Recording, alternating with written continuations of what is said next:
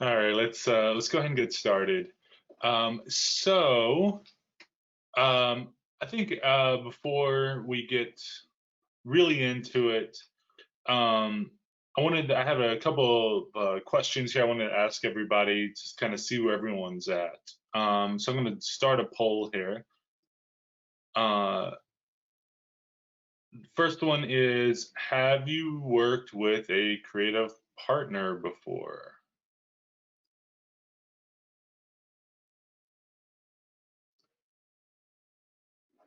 There you go. I'm gonna give you a few minutes to go through that. Yeah, so a lot of people working with creative folks, so that's a great thing, and sounds like you're in the right session. So awesome. We get another one going here. So uh, for this one, how did it go? So it looks like mostly everything's going pretty good. Um, there's a couple. It's like maybe a couple people is on fire. Um, so I think we talked through that today, and hopefully we can have more stuff at the top of super duper amazing and at least pretty good, and less down here and it could be better and everything was on fire. So let's go ahead and dive in today. So, um, so this is the care and management of creatives. A little bit about me. So I am the husband to a creative wife and the dad to a creative daughter. And in my work life, I work with a small team of 5 to 6 creatives to get our work done. So I'm surrounded by creativity and the people who do it every day.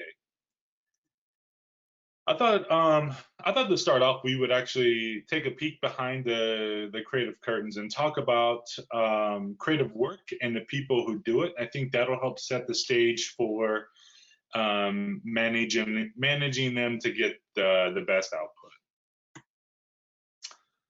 So, what is creative work? I've seen this a while back, several years ago at this point.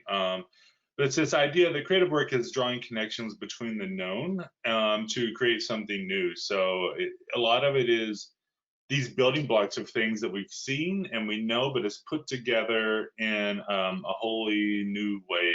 And so, I mean, I think a perfect example of that is the iPhone or any sort of smartphone, right? So there was, touch screens before and there were cell phones, but no one had really put them together until that moment. And, of course, now it seems inevitable, but, until someone did it, it wasn't, it was not, ordained to happen. Another way to think about it too is they're kind of like building blocks, and so you take each piece of information and when you put it all together in a certain way, the whole is greater than the sum of its parts. But that's not quite everything because we also have the human factor. All of those ingredients, all of those building blocks are put through this kind of human filter of taste and skill. Everyone has their own sort of life experience that they bring into the table, and they have their own unique set of skills and experience which will give you different outcomes. So, if you've ever worked with, say, multiple creatives on a branding project or something, you'll see that you can give each one of them the same ingredients, and they're going to come back with different results.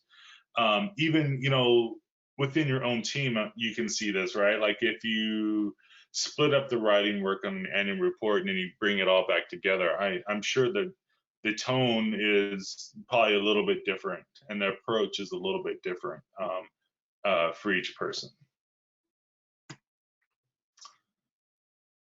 So it's going to take a minute to clarify here a little bit. So, what do creative people bring to the table? It's like their taste and skill. Um, but to clarify that, yeah, I'd say that the taste is both inherent, right? That some people, they're just really good at a creative endeavor. Like that's how their brain works. But I would say for most creative folks, be it writers or cinematographers for video work or designers, it's more developed. It's a skill that they've learned. And so, they study design theory, persuasive writing, cinematography, and much more, many more disciplines, much in the same way that we studied communications, maybe marketing, English, nonprofit management. So, um, and then so that over time it has helped develop their taste, but also is they're trained in the skills to bring that taste to life. So, one kind of side note on this is many people can, especially on the designer side, but even speaking for myself, as I come from a writing background, can work in different styles, but they, kind of have one sort of home base, one that they do really well or they really enjoy. So let's talk about the review process real quick. So I think the first thing to say is you have a say in this whole process, as you know. Your own taste and the brand have a role to play in in the ultimate goal of getting the work done. This is kind of the other filter in order to make the end product on target. Because kind of creativity unbound especially when it comes to nonprofit communications isn't super useful, right? So we really need things to have a purpose and have a point. So I also argue that your taste as, say, the person working with or managing a project matters also, because ultimately the work is going to reflect upon you when it comes to ability to manage a project and your leadership and the stories you tell in the future in your career. So while maybe the creative persons, if you think about a designer or anyone else like that, might think in the terms of the portfolio. You might not carry a portfolio around with you, but at the same time, you sort of do when you tell these stories about branding project you helped to lead, or a new sort of sub brand that you helped to launch. And then the brand has a say in this too, because the creative work needs to be aimed. That's just why I say, like, creativity unbound is not not a good thing, especially for nonprofits. We really, in this world where we kind of have limited time, limited resources, we need the work to work harder. So the brand is there to help aim the work where it needs to go.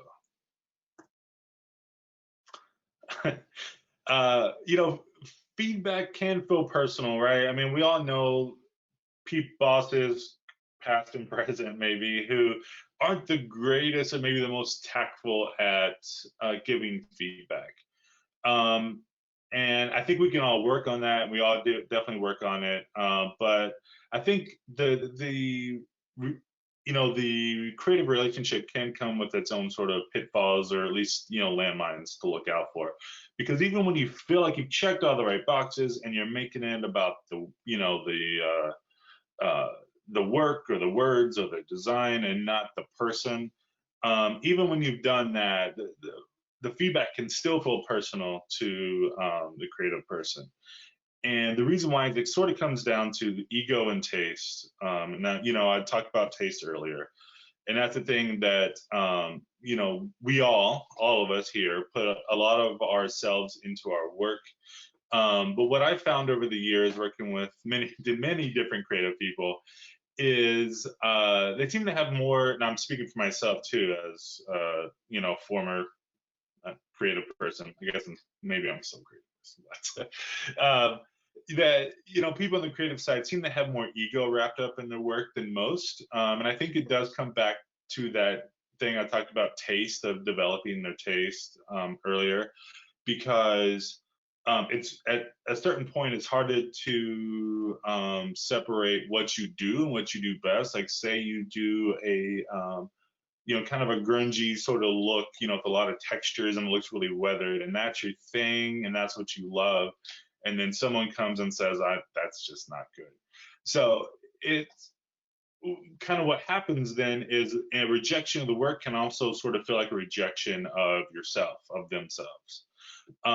So I think it's just something to keep in mind. But I think the caveat to this, or at least something I also want to keep in mind, is it may sound like I'm talking about coddling creative folks here, and I don't think that's the greatest thing to do either, because for many reasons, it's like weird power imbalance, and you need to be able to get, once again, your taste needs to have a say, and the brand needs to have a say. So coddling isn't really the way to go. But I think what I'm trying to help is help you maybe understand how to best partner with creative people, and if you're getting certain reactions, why that might be, and that'll help maybe help you step back real quick and say, okay, let me rephrase what I just said. Yeah, I'm just reiterating here. The creative work is ego work. You're putting your neck out there, and someone's sending you a problem to solve, and you're saying, yeah, it's one of these three options. This is the way to go.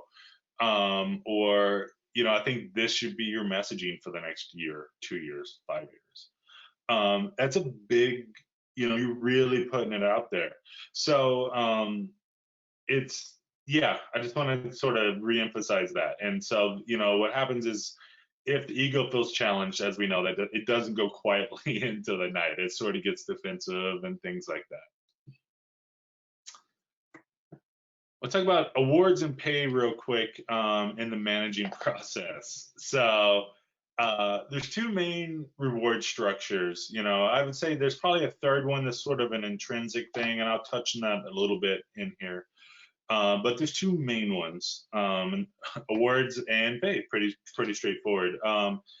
So let's talk awards real quick. So this applies to all creatives at all kind of stages of life, but I think it especially applies if you're working with a young person, someone just out of school, someone with a few years of work under their belts.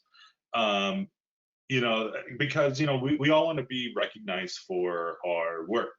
We put in a lot of effort during the week. We may put in extra work on the weekends, et cetera, et cetera. We try really hard. We put in a lot of ourselves. So within the organization structure, that recognition comes in the form of positive annual reviews, or maybe a pay raise, or a new title, or maybe you get more responsibility that could lead to opportunities within the organization or in another organization in the future.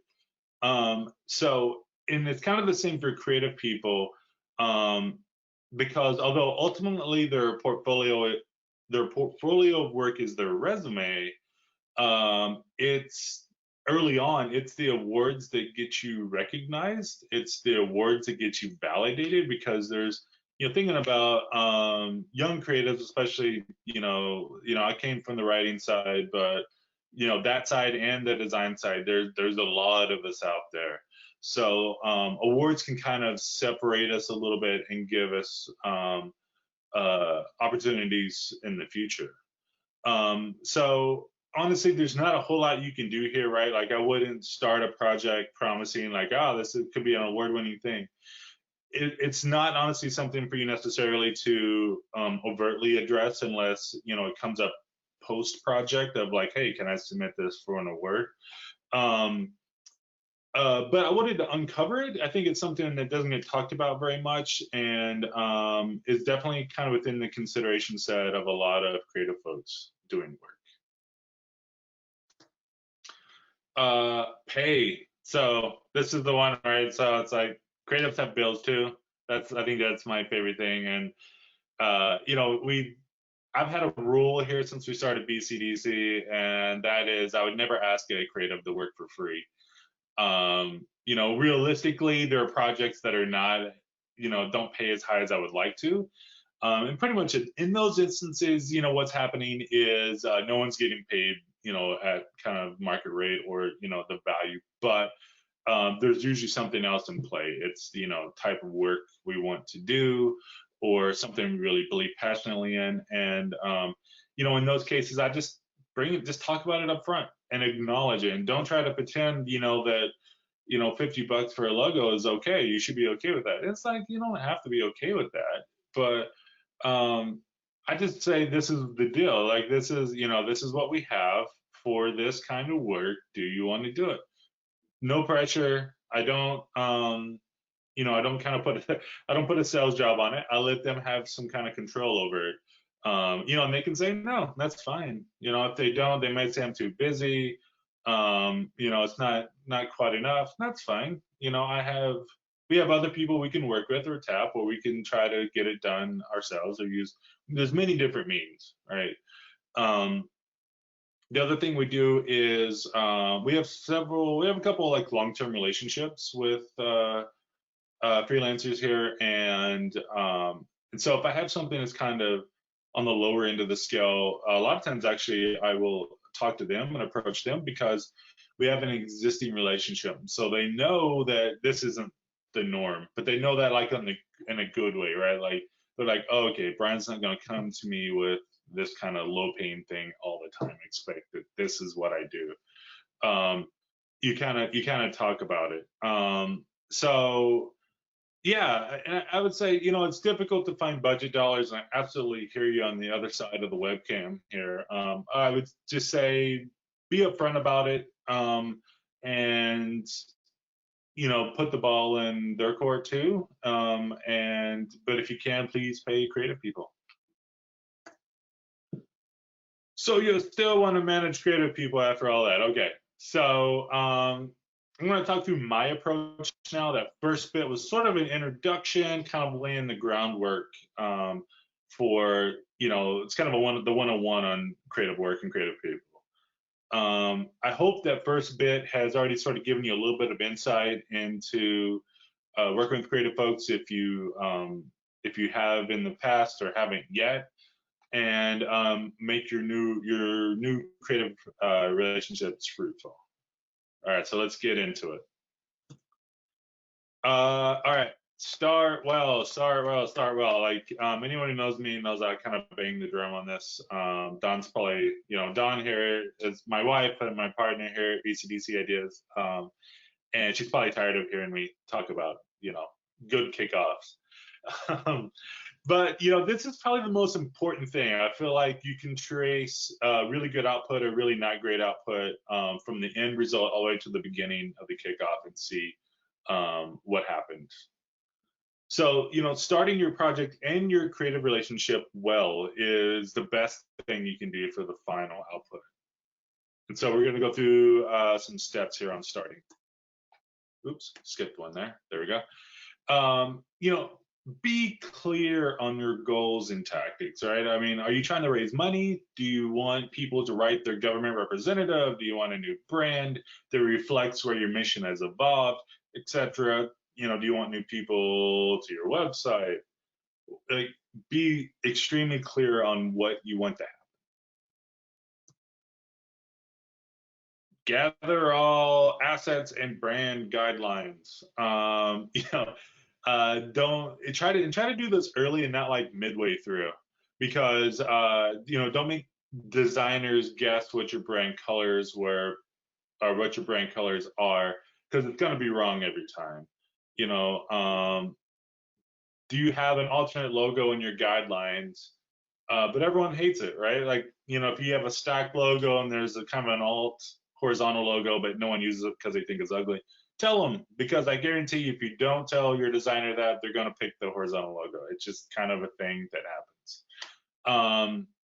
Is the tone, the writing tone of your content, is it kind of warm and friendly, or is it in your face? Do you want to carry that through, or do you want to change it? And then lastly, I would say talk about flexibility. I always think brands should be flexible.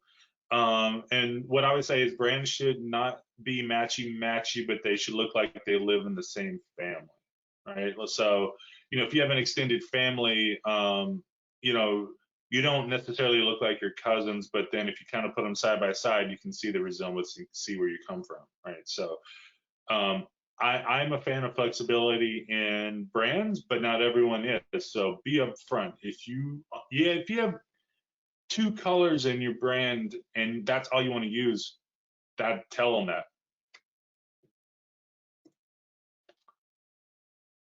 Establish expectations on style and approach. You know, I kind of just touched a little bit of that on expectations, but I think there's some other things too as you kind of get into the process, right? So, can the for example, can the people on the review team or yourself, if you be self-reflective here, can you envision what a pencil sketch is going to look like when it's finished? Or do you need to see something more polished, more like a computer comp? And it's good to set these expectations now, because obviously there's a vast difference between a pencil sketch and say like a quick mock-up on the computer. And it matters for rounds of review, it matters for timing. So definitely have that conversation early so that you're not getting a pencil sketch and someone's like, I don't know what this is. So also, for example, what do you like and what don't you like, right? Do you hate script fonts? Do you want to see something with really clean lines, something more organic, like kind of looks like it's painted? Put words to that. Put those guardrails down. Put your thoughts and feelings out there. This is a great time to put your taste in, and kind of talked about that earlier about your taste having a role to play in this. This is a great space to sort of put that down there. Lastly, on this area, I would say examples. So either type if you're doing a copy, working with a writer, or example of a video if you're working for a videographer or a designer. Examples are always really good because words can be ambiguous. Someone's minimalism is someone else's stark. So you gotta I think examples are good. I would say but at the same time, like, resist the urge to be overly specific so that the creative person has no room to work. This is one of my favorite ones, because SpongeBob's great, but also I just every time we have had a great project that's turned out really well, it's because in the startup we've had a lot of energy ourselves, but also from our clients. So I'd say be exciting if appropriate. It's not always appropriate, but if it's appropriate, be exciting. And I think another good word here would be provocative, right? So for example, you could be starting a new program to work with homeless people, or you could be laying the foundation to end homelessness in your community.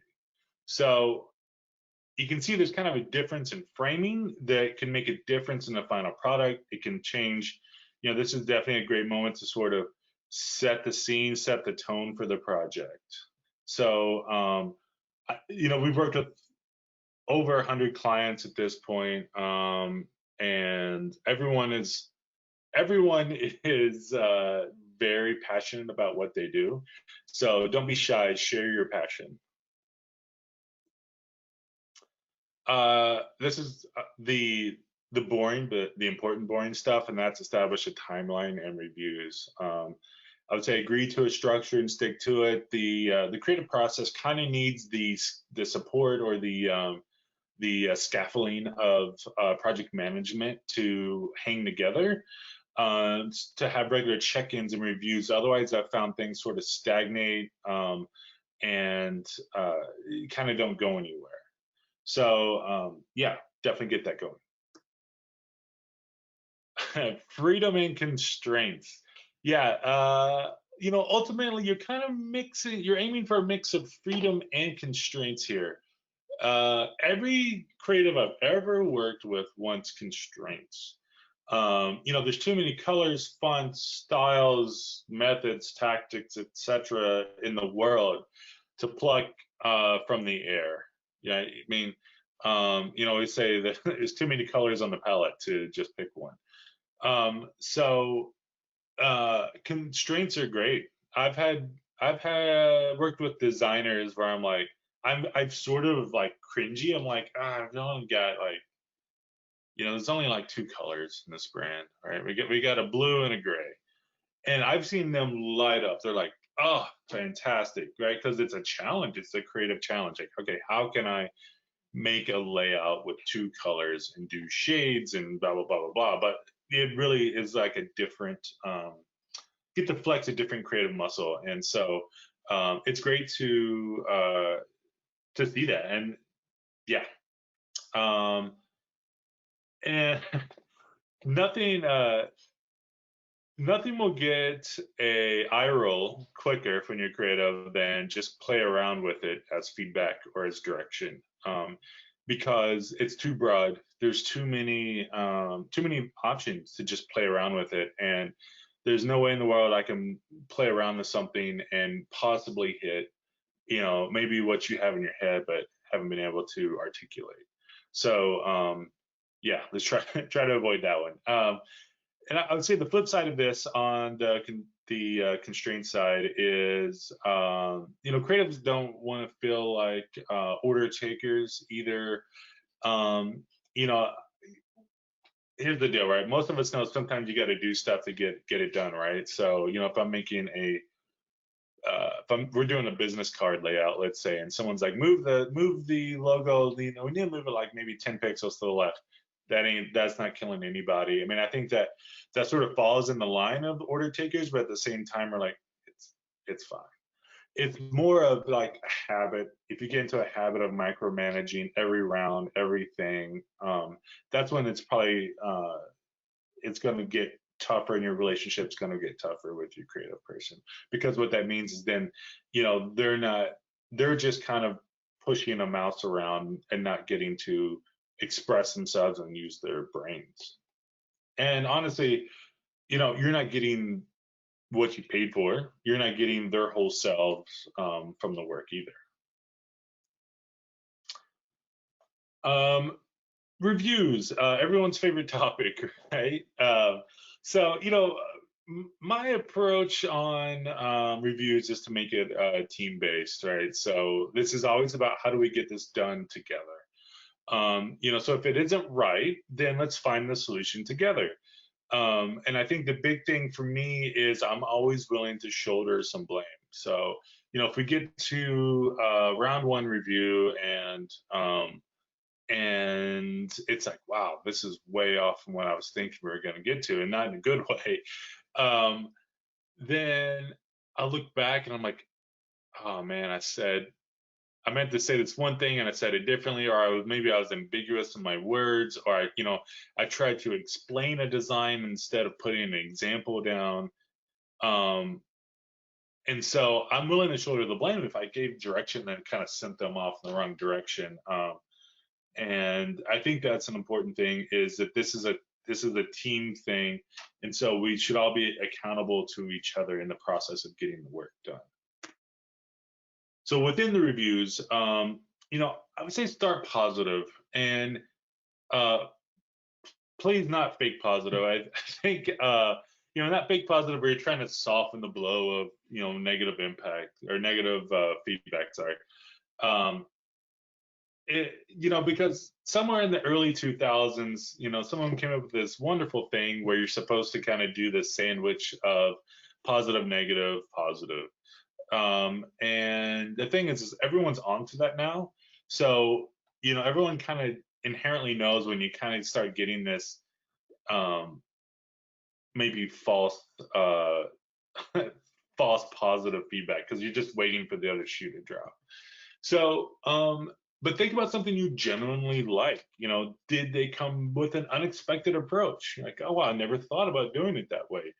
Or is it very colorful and in a good way? Is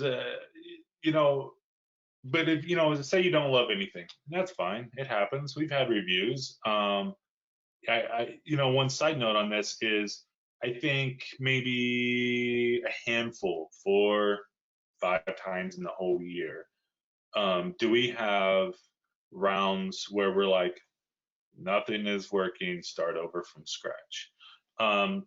It just like the complete start over is pretty rare for us over here at BCDC. You know, we might have reviews where we're just keeping like a tiny little nugget. That's fine, because sometimes that nugget can blow up into a great idea or a great just design look or a great, you know, headline if we're doing writing. So that's not completely wiping the table, but you know, if you're killing everything, you're doing that a lot, I think it's probably time to go back and think about how you're starting up and how did you get to this point. So end of side note there. So getting back to it, you know, so you don't, but you're in a review, you don't really love anything. That's fine. It's okay. You're allowed to not, you know, you're allowed to have your taste. The brand's allowed to have a say. So think about something else we can start positive, right? You know, did everything happen on time for this first round? Great. Thanks for sticking with the deadlines in the process. Is much appreciated. Now let's get into it and figure out what we can do for the next round. I think it sets the tone for the entire room.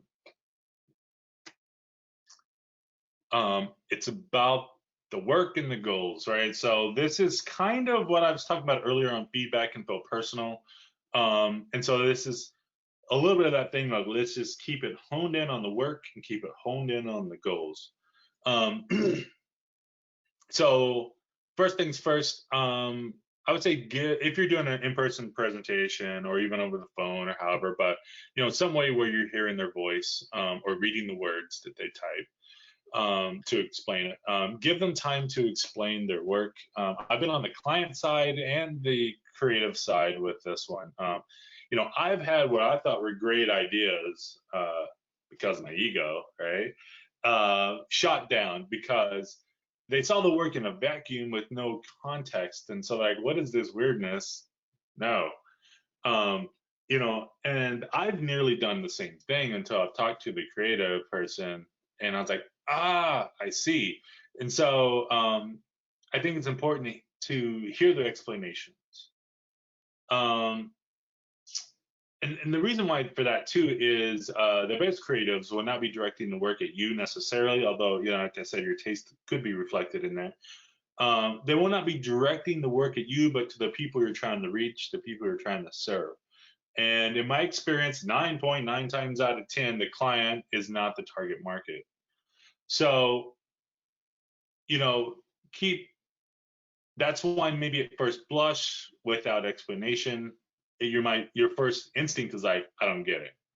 And sometimes you're not going to get it. Maybe you're not supposed to get it. Maybe it's not, you know, doesn't apply, you know, immediately. But you know, also sometimes creative work can kind of get far afield, right? So we get excited and sometimes we go way off here. And so in those cases, things like, you know, it seems like a departure from our brand look or voice or stepping back. You know, we were trying to accomplish this goal and it doesn't look like it's doing that. You know, so sort of stepping back, using these constructive language cues so that you can start a conversation versus criticism.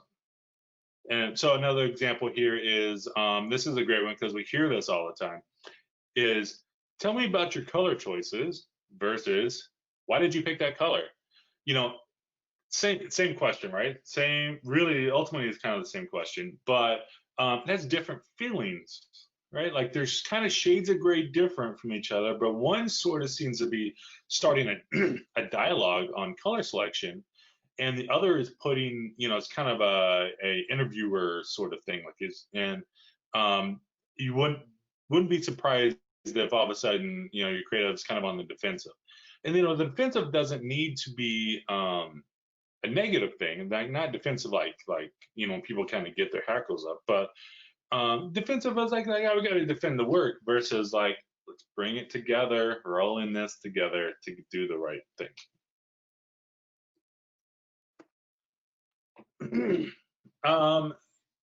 So describing what you want instead of telling what you want to do, you know, this also applies in the starting phase, kind of covered that. And But here in the review phase, uh, to Dawn, I'm super vague. So Dawn, once again, Dawn's my partner here at BCDC Ideas. So to her, she thinks I'm super vague in my feedback. But what I'm doing is I'm describing and directing what I want to happen versus telling the creative what to do. So for a design piece, I might say, this page, this page looks jammed with information. Can you move things around, or should we cut copy to free up space? So I'm telling them that, one, this layout's not working. Two, the reason it isn't working is because it's wall-to-wall copy and no one's going to read that. Three, let's try a design solution. And four, I'm open to your feedback on cutting copy to make my desires of a more open layout happen. So, alternatively, I could have said, take out that picture, cut that paragraph, look at the margins, and then flow the rest of the copy onto the other page. So do you see the kind of the difference there is, in the first one, I'm wanting someone to apply their taste and apply their skills to solve a design problem. In the second one, I am telling them exactly what they're going to do. And do you think you're going to do anything more? Do you think they're going to look at the whole picture of, say, a layout, say a 2-page layout? Are they going to look at the whole thing, or are they just going to start kind of going through a checklist of, okay, I got to cut that, move that, and it's done. And that's what happens when you tell people exactly what to do. And what happens in that case is, you're not getting their best selves on the work. So for to give just another example, because this is about creatives of all types, so I'm going to talk about like a writing example also. For writing, I could say, let's start stronger to grab people right away. Is there, and then also, like, is there a better way to do that laundry list in the middle of the page? I'm kind of getting lost. And what do you think about doing a direct appeal at the end from the executive director? So all of these cases, what I'm trying to do is sort of course correct on the purpose and vision set during startup. Either like if you wrote a brief down, I'm kind of going back to that and using that as the course, or if I have embodied the vision, I kind of know it and I own it, then I'm trying to keep true to that. Of course, there's an exception for everything. So for the love of everything good, if you must see something, then just say it. It's okay. There's nothing more frustrating than guessing game and review. So, because if you get to like crazy round odds for like round 14, if you get to round 14 and finally in frustration, you're like, just put the thing there. And then it gets in place. And on both sides of the review table, you're thinking, why didn't this happen like 10 rounds ago? So it's okay. And so what I always say is just own it. So for example, I would say, I kind of got this thing where I want the headline to be as large as possible. Let's maybe, and usually what I'd say too, if I have a personal thing I want to see, I'd be like, I just want to try one thing. So you're thinking about, if you're getting options back in that first round from your designer or your writer or your videographer or whatever,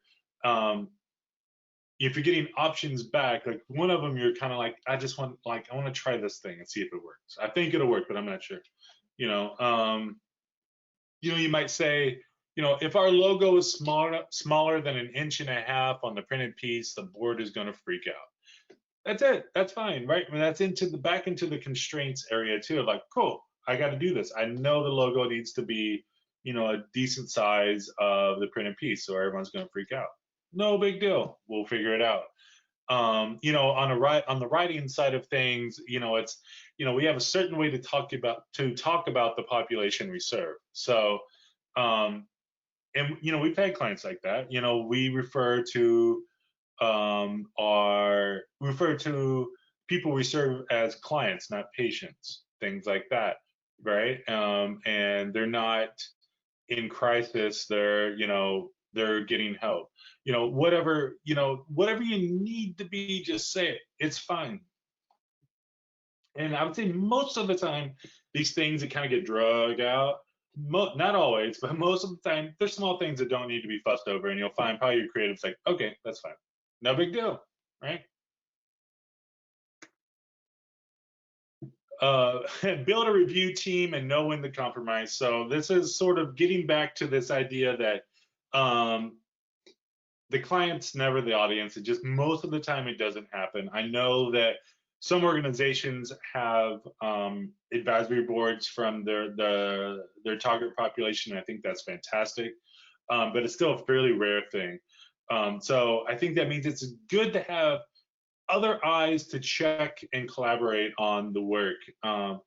And there's a couple of reasons for that. One is ownership of the project. So, when you work with the creative, you kind of have this teamwork. There's definitely sort of a power thing, right? You're saying, I don't like that, I do like that, etc.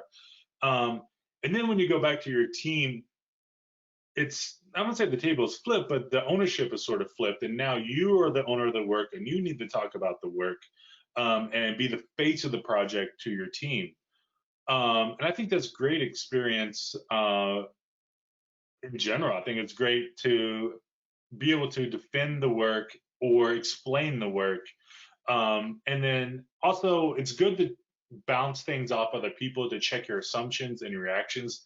You might have something where you're like, I just don't really like that. And then, the rest of your team's like, that looks great. I love it. Okay. That might help you see it in a different light. And then they might have a different experience or different take to help you see it differently. And then a little story time here. Sometimes it's great to know when to step back, and that doesn't necessarily mean you have to step back for the entire project, but maybe that you are saying, I'm going to let so and so come in, take this piece, and then I'll be back afterwards.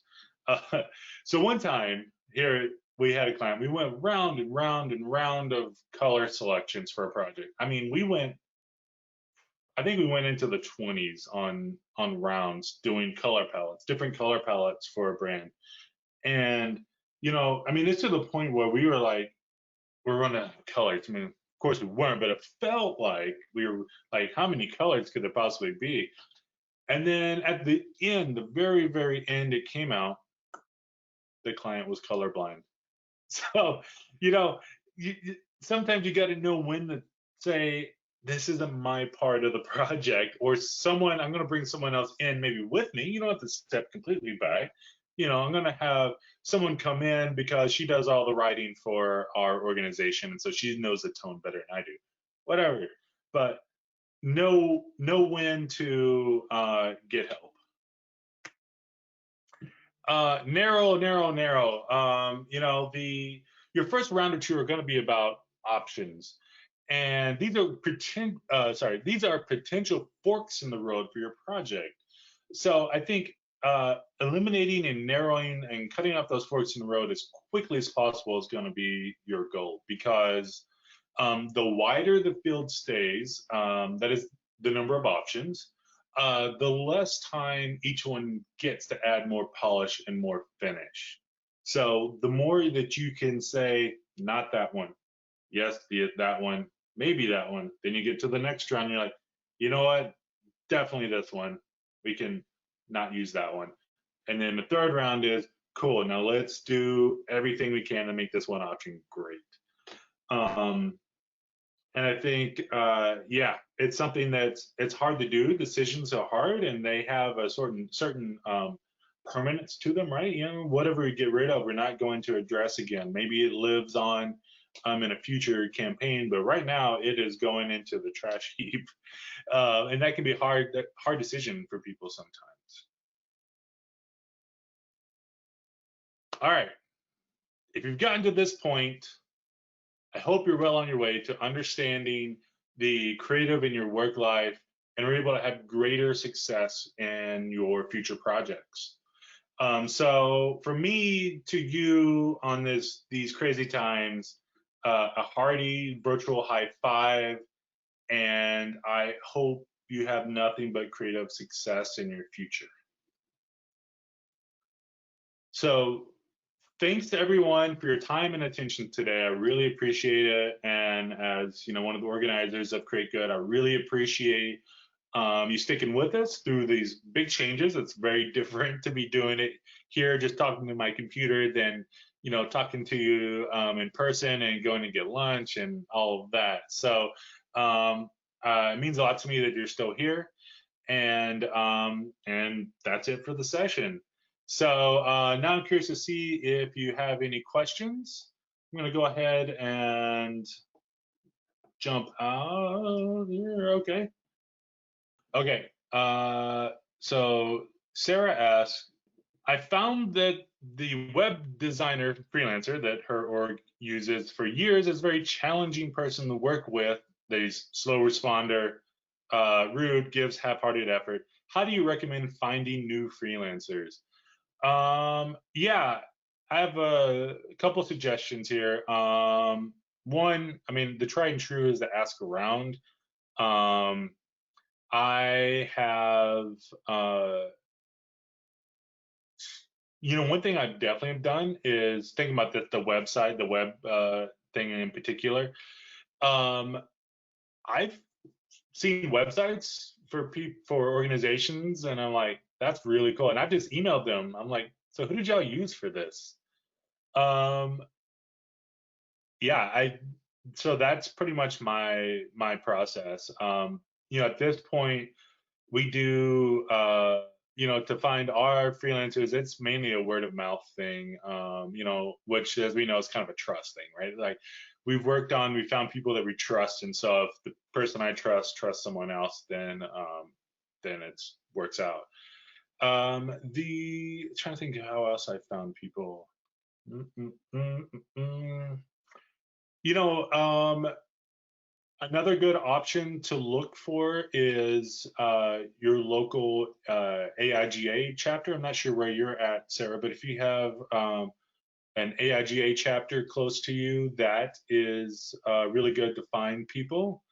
And then yeah, a lot of times they either have a listing of people there, or even if you put an ask out to whoever their contact is, their president or their board chair, they can send it around. You can at least get some portfolios to look at and see. But yeah, but thinking about your kind of unsaid question about the relationship here of that it's slow responder, rude, and half-hearted effort. I think your creative relationship doesn't have to be conflict free, because I think conflict is good, and conflict doesn't necessarily mean fighting, but it can mean like, yeah, I don't really see it that way, and some little bit of friction is good, but too much friction creates fire, right? So if if you have to make a change, someone's like, call whoever the web designer is,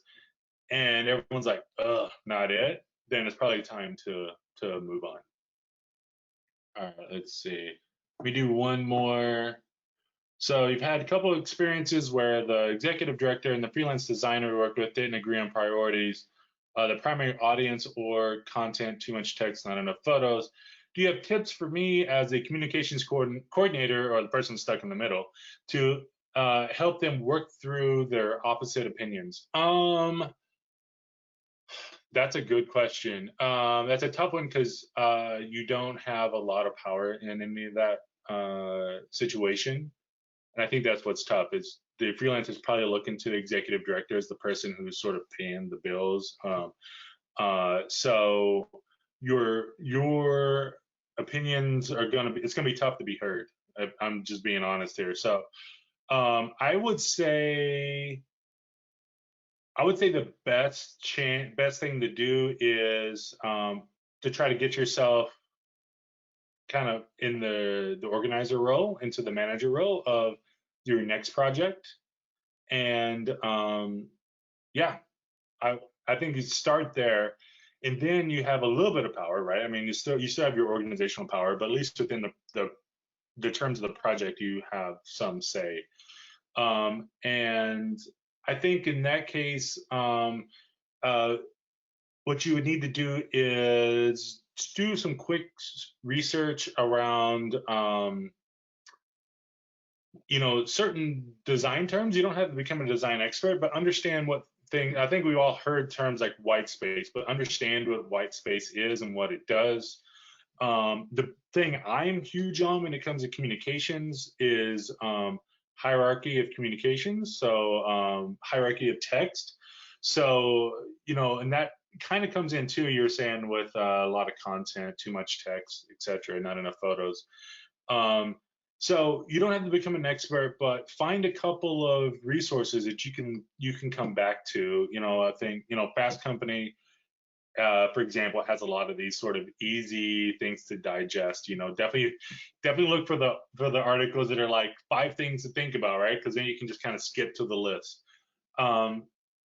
But find these things so you can say, okay, we need to guide people's eyes down this document or down this page, whatever it is. And if we have wall-to-wall copy, people's eyes need a break, and so if we don't give them a break, they're not going to stop, or they're not going to keep going. So yeah, so a little bit of that is trying to wrestle a little bit of power, a little bit of say, at least in that case you'll have a say with the freelancer, and then yeah, and then make sure you have kind of some experience, at least some knowledge there. Sorry, and that one was from Julie. Thank you, Julie. Jennifer, I'm getting quotes from creative agencies to create a new social marketing campaign. Is it reasonable to ask or expect them to give us mock-ups or creative ideas at the estimate stage? It kind of goes back and forth, and honestly, it's really up to each agency whether they do. This is called spec work. So it's it kind of depends. I think the work should their portfolio should stand on its own. So if you're not convinced by that and you need to see them do your work in order to be convinced, then that's something worth thinking through.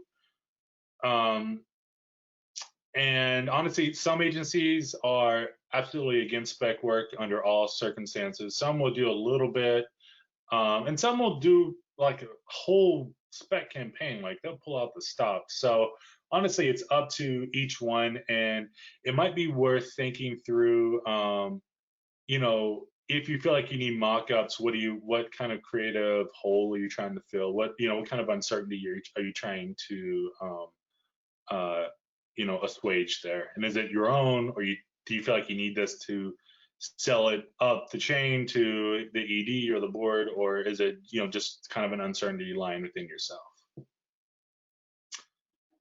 me do a couple more of these, and then just see. Let me go and see if I can get someone here. I think Jennifer has her hand raised. All right, Jennifer Bell, I'm gonna unmute you here. All right, Jennifer, do you have a question? Can you hear me? I can hear you loud and clear. Oh, wow. Okay. I'm sorry. You answered my question earlier about the agencies. And for me, just to elaborate, it's more of like trying to choose between two who, based on their estimates, seem really close. But going back to the portfolio makes sense, and that was helpful feedback. My next question, though, is how many rounds of edits is reasonable? I find that designers understandably get frustrated after they've gone through a set of edits and then you've come back with more tweaks. Yeah. I'll speak. Let me speak to the frustration point. I'll just speak for myself, really. At this point, the only time I ever get frustrated with rounds is when we think it's done. I think that's all of us, right? Like you think something's done, and then someone comes in at the last minute and is like, "Hey, wait a minute, I didn't have my say yet," and you're like, right? We already did this." But you know, the the blanket statement is, you know, in that kind of the pay area of things, it's all negotiable, right? Setting expectations is all negotiable. So if you want 2 rounds of edits, if you want 5 rounds of edits, you know, things like that. I mean, I think in the past we've said, okay, round one we'll deliver, you know, say if we're doing a big exploratory, let's say a logo, it's like, okay, we're going to deliver a bunch of up front. We're going to do like 8 or 9 up front. We're going to take our time. We're going to go through each one because 9 options is a lot to deal with. And we'll take it in a kind of a controlled manner. And then after that, we need to narrow it down to, say, 2 or 3 for the next round. And then the third round is the final one. And we're going to take the winner from round 2 and bring it to life. And, you know, that will essentially be done. So, and that's all put down in writing.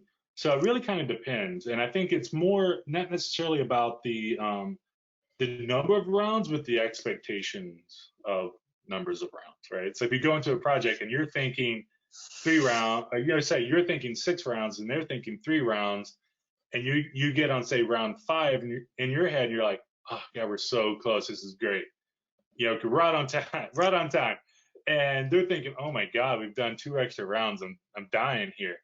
So you know, I found that the rounds and the scope is sort of a topic that doesn't get brought up sometimes, and when it doesn't get brought up, a lot of times there's a mismatch of expectations there.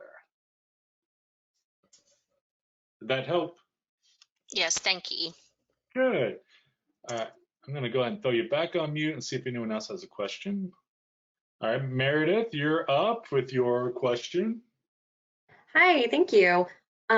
So my question is, there are a lot of different creative areas, and I feel like you kind of already provided a resource for this, but I'm kind of wondering, in order to help the designer, I'd like to know what types of where I could go to find questions I should ask. For example, I am a writer, so I would understand how to say, well, we'd really like to tweak it this way, or we'd like to have this tone. But I think in other areas, like for example, videography or something like that, I wouldn't really know how to articulate what I wanted.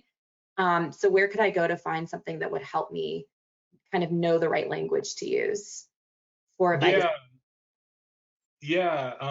Like I said, I think I mean, it's definitely kind of a Google search, but if you do a search, I do think Fast Company does a good job of breaking it down, and they kind of have a design aesthetic, kind of creative aesthetic in general. Like that's who they tend to serve. Okay. There's another gosh, I'm totally blank. Creative Block. So it's BLOQ, Creative Block. Mm-hmm. Another good one. It's kind of more of a resource for creatives, but within there you can see things like you know, they'll have a list of, you know, 10 great headline treatments, you know, or 10 great layout treatments or unique layouts. So I think it's a good tool to look in there, and you can understand, and they'll break it down a little bit. There's really blanking on another one. You know what? I'll put together a list of resources and put it in a document. So at the end, we're going to put all of these recorded videos on the website, and then I'll put a document together and with a list of resources in there. Thank you so much. Yeah, yeah, absolutely. Yeah, and I think it's great. You know, for me, just speaking for myself personally, I learned all this stuff by reading, of course. But I also worked in another agency early in my career and spent at least half my time sitting in a cubicle with the designer I was paired up with. And so it was a lot of just hanging out with them, asking questions. Why'd you do it that way? You know, Mm-hmm. tell me why. So, you know, there's a little bit of that aspect too, if you have that opportunity of just asking people to explain, you know, the process. Thank you. Thanks again. I'm gonna go ahead and throw you on mute and see if there's anyone else. Yeah, it's like Sarah had also asked, when working with freelancers, how do you recommend communicating with them? Sticking largely to email or setting up lots of phone calls, etc. I mean, I would say nothing beats in person, really. Maybe that makes me old school now. Maybe it makes me the old guy, but nothing really beats in person because you can read body language better. Email is fine. I think probably the best way is probably phone calls, or even if you can do a like a Zoom sort of screen sharing thing, then you're literally looking at the same thing at the same time, and you can use your mouse to say, do you mean this line? Do you mean this headline? Do you mean this picture should change? This color is not great, or you love the option B. So with the technology we have now, I think a Zoom with a screen share might actually be your second best option after meeting in person. And then if that doesn't work, then emails and phone calls are pretty much equal. So Claire asks, we have a variety of design tasks, some more large scale, some more about just implementing some straightforward layout. What do you think about splitting work between a more expensive creative agency and freelancers who might be more affordable? Where is a good source for reliable freelancers? I think that split is totally fine, and it's definitely thinking about it kind of depends on how you have it set up with your agency, right? So if you have like a retainer situation set up, then you might as well just keep everything there, because yeah, you might as well, because you'll keep everything consistent, and it actually wouldn't cost you anything more on a retainer level to do like bust out some like social images or something in addition to doing like a campaign. But if you don't have a retainer thing set up, then yeah, I think this is totally fine, splitting up your small sort of production work. So on the creative world, we call that production work. So if you just kind of need things, like I said, I was gonna say business cards, but a lot of creative agencies want to do the business cards because you can flex some muscle there. But yeah, I think if you want to do that, that's totally cool. As far as where to find reliable freelancers, yeah, I think it's what I was saying before. I think looking locally at if you have a chapter of AIGA there, would be a great place to start. And then as far as like you say, put the adjective of reliable on there. Word of mouth is going to be your best kind of filter on who's reliable, who delivers stuff on time, who, gives you good effort time in and time out. That's going to be your best filter. If you don't have that, then you're probably it's honestly, you're sort of like you're trying to figure out who has the best work, try them out, try a small thing, and go from there. All right, let's see. Next one, Meredith asked, do you know where we could go to find specific questions to ask creatives in different areas of expertise? For example, questions posed to graphic designers might be different from questions posed to videographers or copywriters. Okay, I think it's one we just kind of talked about. Yeah, I'll post a link to that, some things to think about. And yeah, I'll try to separate that out in different disciplines as much as I can without getting too in the weeds. All right, everybody. Well, I think that's it for now. Thank you so much for coming. We went kind of way over. I'm sorry about that. But have a good day. And if you jump over, Michelle's starting her editing session right now about video editing, and definitely check that one out. Okay, thanks. Have a good day.